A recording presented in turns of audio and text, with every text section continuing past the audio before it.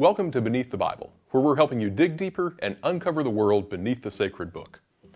Humankind's relationship to animals goes back as far as the human species itself, and it's still a big part of our modern world. And we tend to associate animals with particular traits. For example, dogs are loyal, cats are independent and aloof, foxes are sly, owls are wise, and donkeys are stubborn. Here in the United States, the eagle is a symbol of our country. Now, we tend to think of these associations as universal, but in fact they are all culturally bound. The things we associate certain animals with in our cultural world may not be the same in other cultures. For example, in cultures which practice Hinduism, the cow is revered as sacred, but not so much here in America. And when we look at associations around particular animals, we can see differences across cultures today, so we shouldn't be surprised that the same is true when we look at past cultures. Ancient cultures had different attitudes about animals as well, and that's what we're looking at in this series. Today, we're going to look at two big ideas about bull imagery in the ancient Near East. These are just two out of many associations that ancient people had with bulls. Bulls show up a lot in the art and literature of the ancient world, and the ancient Near East in particular. And we don't have time to get into all of it, so we're just going to highlight a few things that are especially important for our understanding of the Bible. Now, I didn't grow up on a farm or around cattle of any sort. Now, I would visit the family farm where my grandmother lived, but the animals that lived there were long gone, besides the cat. So for those of you like me who don't really have a background with livestock, I think it would be helpful to clarify a couple things. When we say bull, we are referring both to the intact male of a domesticated bovine species, as well as the intact male of the wild bull, or aurochs. This was a species of cattle that lived across what is now Europe and the Middle East until it was hunted to extinction. Now, this happened during the first millennium in the Near East, and in Europe it happened in the late Middle Ages. We see the aurochs in prehistoric art from places like the Lascaux cave paintings in France and at the Neolithic site of Katal Hayak in modern Turkey, where it was revered. Domesticated bulls came later and began to be featured prominently in art by the Uruk period in Mesopotamia. We're also going to limit our discussion to bulls and largely to more naturalistic depictions of bulls. Bull imagery in the ancient world is distinct from cow imagery, featuring the female of the species, as well as from bull hybrid creatures like the Mesopotamian bull men. We are also going to focus on the areas and cultures which had the most direct impact on the cultural understanding of the Israelites, like Syria and Mesopotamia. So we won't be talking about the Apis bull of Egypt, or Minoan, or other Aegean, or even Cypriot bulls. We can cover all these things in future videos, but today we want to focus on the association of bulls with fertility and strength, and how these ideas fit with bulls associated with kingship and the gods.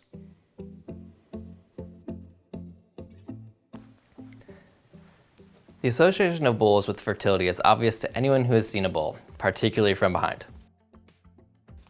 The intact bull, as opposed to the castrated steer or ox, has very dominant primary sex characteristics. You don't often mix up a cow and a bull, or even a bull and an ox for that matter. In the agrarian societies of the ancient Near East, people would have been very familiar with bulls and their fecundity. This association with fertility is perhaps more closely linked with the domesticated bull than with the wild bull, if only because the role of the domesticated bull was important for people who kept herds of cows. Both domesticated and wild bulls exert dominance over a herd of cows, over which they have exclusive reproductive rights. In wild bovine herds, a single bull controls a herd of cows until another male, often younger and stronger, defeats him and takes over the loser's harem. The fecundity of a bull meant people's herds could continue to grow. It's easy to see how bulls became general symbols of fertility, and by extension, affluence and prosperity. Here we can see a raiton, which is a specialized type of drinking glass that it's often associated with feasting and with abundance. And this one is in the shape of a bull. The shape of the cup demonstrates the association with fertility and abundance with the bull. Here's another example of a bull holding a cup, which may have similar associations. So again, bull imagery is complicated, and there's usually not just one association or aspect that's being called to mind when bulls are portrayed. But these examples clearly demonstrate the association of bulls with fertility and abundance in the role of feasting. Bulls were also associated with both power and strength. They have a temper and are quick to show their power. And this is particularly clear with the wild bull or aurochs. In the Hebrew Bible, the wild bull is called a re'em, which is translated as unicorn in the King James Version. This is the creature being referenced in Job 39:9, a wild creature who will buck any tethers or attempts at domestication. Deuteronomy 33:17 talks about the majesty of the wild ox and that it will gore the peoples to the ends of the earth. Psalm 92 talks about the horns of the wild ox being exalted, so the horns of the bull, particularly the wild bull, were symbols of its power and strength. See this throughout Psalm 75, where horns are a byword for strength. In Psalm 22, the psalmist's enemies are compared to wild bulls of Bashan. We're meant to understand that these are exceptionally strong and powerful enemies. We can see this association of bulls with strength in archaeology as well. For example, this is a so-called bull capital. This is found in the Persian capital of Persepolis, where a series of these capitals sat atop columns which supported the roof of a very large structure. When the Persian architects were designing these columns and chose an animal with strength to support the roof of the building, they chose the bull, and for good reason.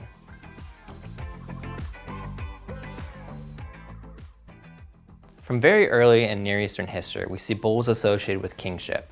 In fact, this connection is so strong and so prevalent, we barely have time to scratch the surface of both the textual and iconographic links between kingship and bulls.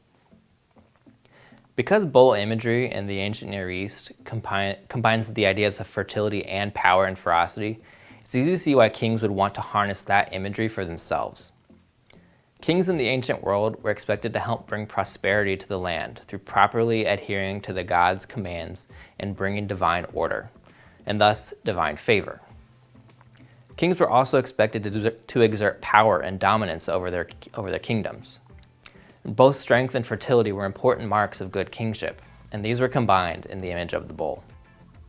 In fact, lions and bulls are the two paramount animals associated with kingship, and these were considered the two most dominant animals in the ancient world.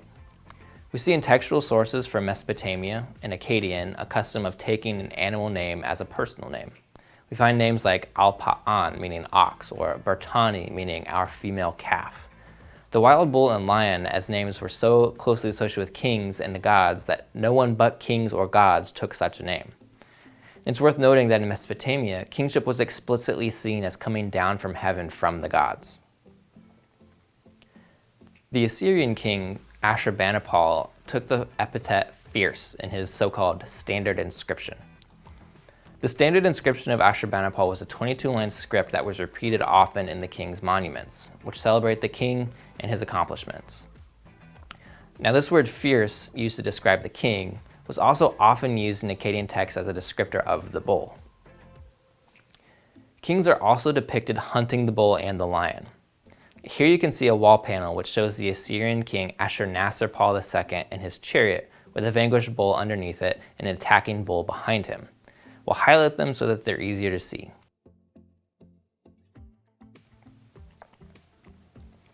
The significance and meaning of these royal hunt scenes is somewhat debated. They could simply be showing the king triumphing over powerful enemies, with bulls and lions at the top of the hierarchy in the natural world. They could be showing the king as a protector of his people, since these were dangerous animals. It is noteworthy in this example that the bull attacking behind the king's chariot is being slaughtered. In fact, it's being slaughtered the same way the hero Gilgamesh slaughters the bull of heaven in the Mesopotamian story, the Epic of Gilgamesh. Thus, this scene links the king with that heroic and mythic tradition of kingship.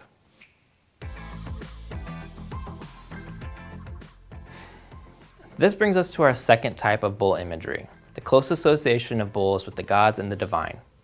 There are two images in particular we want to discuss here. One is the horn and horned cap, and the second is the bull as what's called a theriomorphic animal. In Mesopotamia and Syria in particular, the horn of the bull was associated with great power and strength, even divine power. In the art of these regions, beings are marked as divine by wearing a cap with the horns of the wild bull on it. The more horns on the cap, the more powerful the being. Let's take a look at some examples. These guardian demons called Lamassu have the body of a bull and wear horned caps. On the stela of Hammurabi, the sun god Shamash is shown at the top, and he too is marked by a horned cap. On this stone, called a kuduru, the horned caps are on altars and stand in for the gods. In places like Ugarit on the Syrian coast, the gods have a different horned cap. This depiction of Baal shows him with a horned helmet. The second way bulls appear with the gods is as theriomorphic representations. This means that the animal is used to depict the god. In the Near East, the gods were usually understood to appear in human form, if a bit oversized. However, many gods had an attribute animal, an animal that was associated with them. And this attribute animal often appeared beside them or as something they rode on. Again, let's take a look at a few examples. In Syria and Anatolia, the storm god's attribute animal was the bull. The Syrian storm god Hadad became the Mesopotamian god Adad and carried this imagery in both cultures. Adad is seen here. Notice he's wearing the horned cap.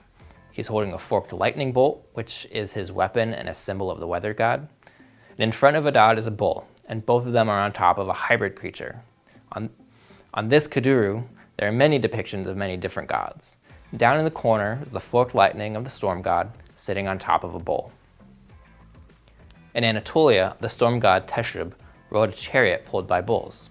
And this fragmentary statue from Urartu in modern Turkey and Armenia shows a bull with a deity on it, though the top of the deity is now missing. In Ugarit, it was not the storm god Baal who was specifically associated with the bull, but the god El, who could be called Father Bull El. The association of bulls with the storm god has been linked by scholars in a number of ways. One reason is that the bellow of a wild bull sounds deep and echoes the way thunder does. Thunder is often associated with the voice of the storm god. Second, places like Syria and Anatolia rely on rain for the fertility of the land. This is in contrast to places like Mesopotamia and Egypt, where the major river networks are used for irrigation. Crops rely on rain, so it's the storm god that brings fertility in Syria and Anatolia. And given the bull's association with fertility, the bull is a natural fit to represent the storm god. Finally, the storm god was a dominant figure in many ancient pantheons, so it was reasonable to associate the powerful and warlike storm god with the bull.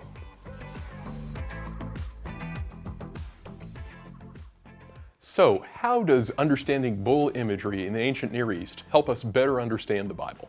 I think there are several helpful insights here because we see bulls and bull imagery throughout the Old Testament.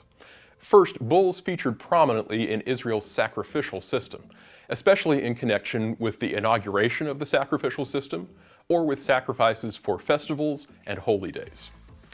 For example, in Exodus 29, a bull was slaughtered as part of the consecration of the priests. A bull is sacrificed for the dedication of the altar at the tabernacle in Numbers 7. In Numbers 8, 2 bulls are offered in the purification of the Levites. Numbers 28 commands the sacrifice of 2 bulls as part of the monthly new moon celebration, as well as the annual harvest celebration of the Feast of Weeks. Finally, Numbers 29 commands the sacrifice of a total of 71 bulls over the 8-day celebration of the Feast of Booths.